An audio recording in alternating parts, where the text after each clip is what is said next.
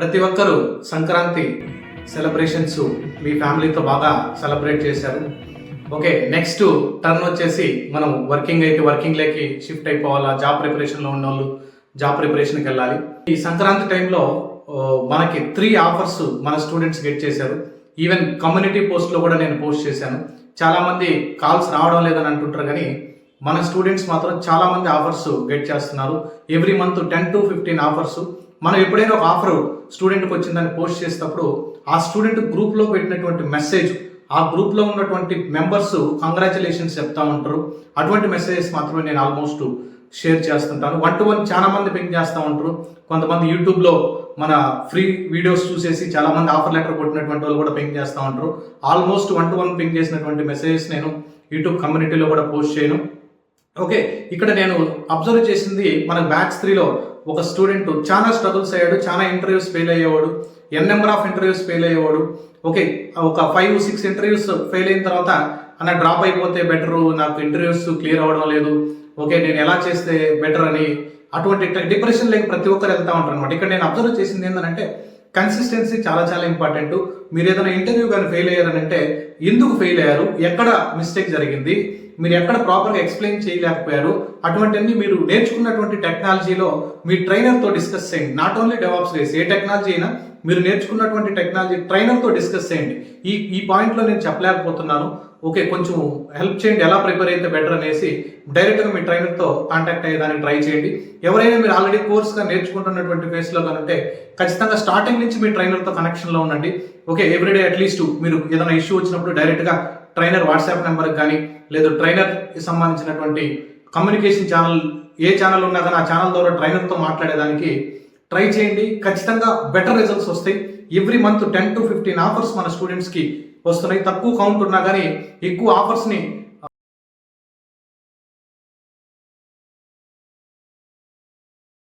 Blogs ఏ విధంగా అయితే మేము ఓన్గా రాస్తామో, ఓకే మల్టిపుల్ సోర్సెస్ నుంచి సెర్చ్ చేసి బ్లాగ్స్ రెడీ చేస్తాం, అదేవిధంగా స్టూడెంట్స్ ఎవరైతే బ్లాగ్స్ రెడీ చేస్తారో అటువంటి స్టూడెంట్స్కి ఎక్కువ ఆఫర్స్ వస్తున్నాయి.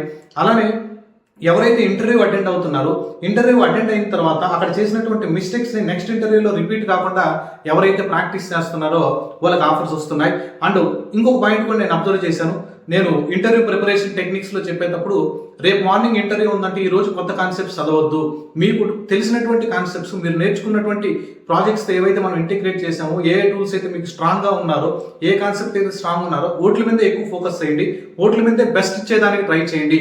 ఒక 2 డేస్లో ఇంటర్వ్యూ ఉందని చెప్పేసి ఒక 2 డేస్ ముందు నుంచి మీరు కొత్త టూల్స్ నేర్చుకున్నారంటే ఆ టెన్షన్ అప్పుడు ఫాస్ట్గా ఫినిష్ చేయలేము. ఓకే, ఫాస్ట్గా ఫినిష్ చేయాలంటే చాలా కష్టము. ఓకే, అందుకనేసి ఉన్నటువంటి దాని మీద గ్రిప్ పెంచుకోమని నేను చాలా మందికి సజెస్ట్ చేస్తూ ఉంటాను. అలా కూడా నేను బెటర్ రిజల్ట్స్ చూశాను. అలానే కంపేర్ చేసుకోకూడదు. నేను మన యూట్యూబ్ కమ్యూనిటీ పోస్టులో చూడండి, ప్రతి ఒక్కటి గ్రూప్లో స్టూడెంట్స్ పింక్ చేసినటువంటి పోస్టులు పెడతా ఉంటాను. కంపేర్ చేసుకోవద్దు.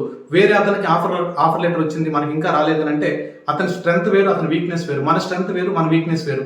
మన వీక్నెస్ మీద ఎక్కువ వర్కౌట్ చేద్దాం. వర్కౌట్ చేసి దాన్ని ఇంప్రూవ్ చేసుకునే దానికి ట్రై చేయండి. ఇప్పుడు మేము ప్యానల్ కూర్చున్నామంటే అవుట్ ఆఫ్ 10 ఇంటర్వ్యూస్లో 5-6 ఇంటర్వ్యూస్ కూడా ఫైనల్ రౌండ్కి వెళ్ళిపోయి క్లియర్ అవ్వచ్చు. ఎందుకంటే మాకున్నటువంటి experience, interview experience, project exposure, multiple కంపెనీస్లో మల్టిపుల్ ప్రాజెక్ట్స్ హ్యాండిల్ చేసి ఉంటాం కాబట్టి డైరెక్ట్గా ప్యానల్ క్లియర్ చేయొచ్చు. మీరు నాన్ ఐటీ కెరీర్ గ్యాప్ నుంచి వస్తుంటారు కాబట్టి అటువంటి ఇన్పుట్స్, అటువంటి టెక్నిక్స్ తెలుసుకొని మీరు బెటర్గా ప్రజెంట్ చేసేదానికి ట్రై చేయండి. ఇంకా నేను కొన్ని అబ్జర్వ్ చేసింది ఏంటంటే కొన్ని ఇంటర్వ్యూస్ రిజెక్ట్ అవుతానే డ్రాప్ అయిపోతున్నారు. ఓయమ్మ ఇది మన వల్ల కాదేమో అనేసి. అటువంటి వాళ్ళకి నేను సిన్సియర్ రిక్వెస్ట్ ఏంటంటే ఎక్కడ డ్రాప్ అవ్వద్దు. ఇప్పుడు ఒక కంపెనీ బ్యాక్గ్రౌండ్ వెరిఫికేషన్లో సెలెక్ట్ అయిపోయి ప్లేస్ అయిన తర్వాత మిమ్మల్ని డ్రాప్ చేశారు, నో ప్రాబ్లం, వదిలేసేయండి ఆఫర్. ఇంకొక కంపెనీ ఫస్ట్ రౌండ్ రిజెక్ట్ చేసేసాడు, కానీ సెకండ్ రౌండ్లో పోయింది, కానీ థర్డ్ రౌండ్లో పోయింది, కానీ ఖచ్చితంగా ఏదో ఒక కంపెనీ ఉంటుంది. నేను బెంగళూరులోనే చెప్పుకుంటాను, 40+ నియర్లీ 50,000+ కంపెనీస్ గవర్నమెంట్ ఎంసీఏతో రిజిస్టర్ అయినటువంటి ఓన్లీ బెంగళూరులో ఇన్ని వేల కంపెనీలు ఉన్నాయి. మనకు కావాల్సింది ఒక కంపెనీలో ఒక జాబ్ మాత్రమే. ప్రెజెంటేషన్ అనేది చాలా చాలా ఇంపార్టెంట్. అక్కడ ఆర్గ్యుమెంట్స్ ఉండకూడదు మన ప్యానల్లో కూర్చున్నప్పుడు. ఓకే, మీరు కొత్తగా నేర్చుకుంటారన్నటువంటి స్కోప్ మీరు ఇంటర్వ్యూలో ఇవ్వాలన్నమాట. మనం అంటే ఆ ఇంటర్వ్యూకి ఇతనికి ఏదైనా కొత్త టాస్క్ ఇచ్చినా కానీ చేయగలుగుతాడు, ఇతను ఈ టూల్ కాదు వేరే టూల్ ఇచ్చినా లేదా వేరే క్లౌడ్ ప్రొవైడర్ వేరే AWS నుంచి అజూర్కి మైగ్రేట్ చేసినా కానీ ఇతను వర్క్ చేయగలడు అన్నటువంటి నమ్మకం బిల్డ్ చేయాలి. ఇప్పుడు మీకు పైథాన్ తెలుసు, లేదు వేరే స్క్రిప్టింగ్ ఆటోమేషన్ అడిగాడు, లేదు షెల్ స్క్రిప్టింగ్ తెలుసు, పైథాన్ అడిగాడు, మీరు చేయగలరు అన్నటువంటి ప్రూవ్ చేయండి. ఇంటర్వ్యూలు ఎప్పుడు కూడా మాట్లాడేటప్పుడు మీరు ఇన్వాల్వ్ అయ్యారు కాస్ట్ ఆప్టమైజేషన్లో కానీ, టైం కాంప్లెక్సిటీ కానీ, స్పేస్ కాంప్లెక్సిటీ కానీ, ఇటువంటివన్నీ మీరు ఇన్వాల్వ్ అయినట్టు ప్రూవ్ చేయండి. అది చాలా చాలా ప్లస్ పాయింట్ వస్తుంది అనమాట. ఎందుకంటే మా టీం ఇలా చేశారు, మా ప్రాజెక్టులు ఇలా కాకుండా నేను ఇన్వాల్వ్ అయ్యాను, నేను ఇన్వాల్వ్ అయ్యి ఈ టాస్క్ ఇలా చేశాను అని.